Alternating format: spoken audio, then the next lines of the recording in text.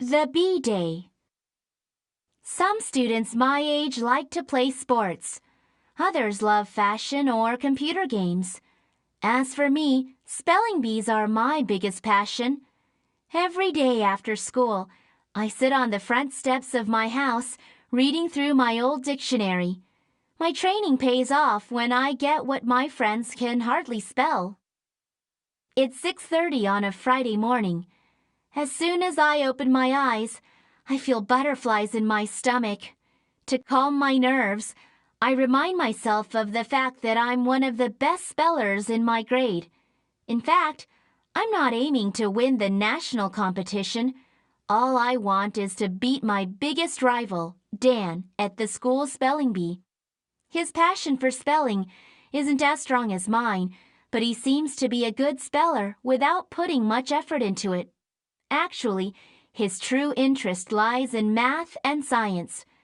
I bet he'll be out in the first round, especially if he gets a literary word like metamorphosis. My dad is already making breakfast in the kitchen. I tell him how nervous I am while he puts scrambled eggs onto my plate. Can you quiz me on some words, Dad? Sure, Olivia. Let's start with a hard one. Serendipitous. I make a face. Well, that's too easy for me. Serendipitous. Yes, you got it.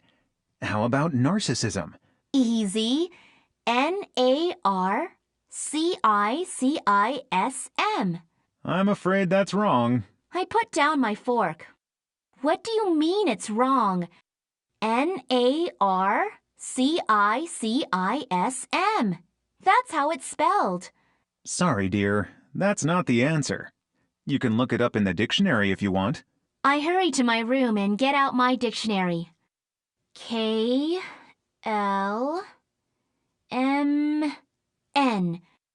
I search the page and find it.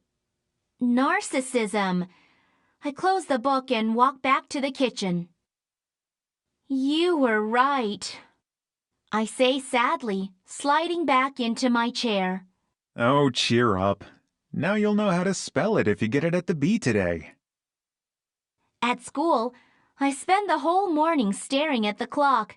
The spelling bee is after lunch and I can't wait. The first class is math, which is Dan's favorite.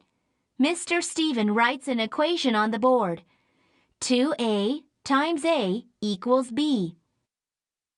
What's a shorter way to write this? Mr. Stephen asks. Dan raises his hand right away, and Mr. Stephen calls on him to answer. 2A squared equals B. He says. That's right. Olivia, can you explain why that is? I take my eyes off the clock and look at Mr. Stephen. A and B are just letters. They're for words. How can you say they equal anything? Dan puts up his hand again and says, There are lots of letters in math, too. I give him a nasty look.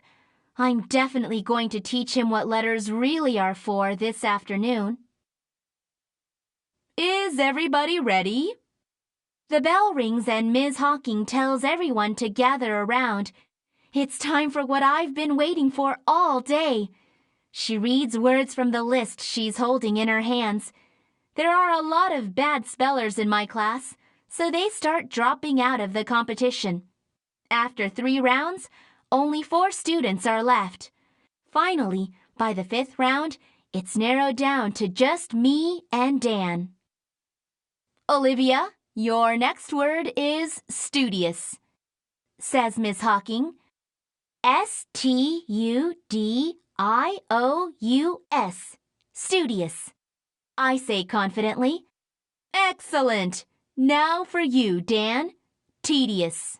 Tedious. Tedious. Says Dan. The tension rises as we continue going back and forth. My next word is algorithm. A math term? I'm not so sure about it, but I try anyway. Gorrythm.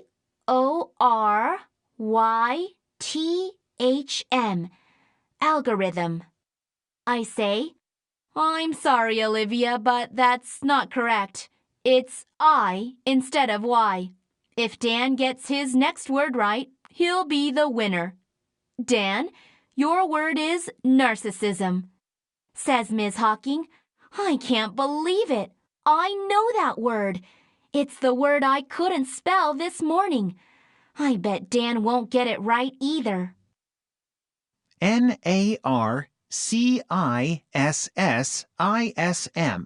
Narcissism. Narcissism.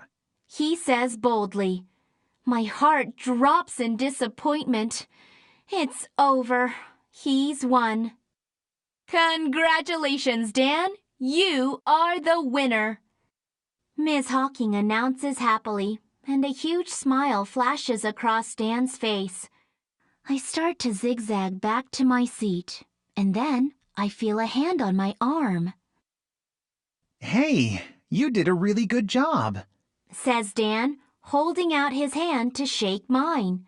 Algorithm is an impossible word. I would never have known it if I hadn't read math books all the time. Narcissism, I say weakly. Well, that was just lucky. I saw the word narcissism in a book of Greek mythology the other day. I'm surprised. You like Greek mythology? That's my favorite. I thought you only read math and science books.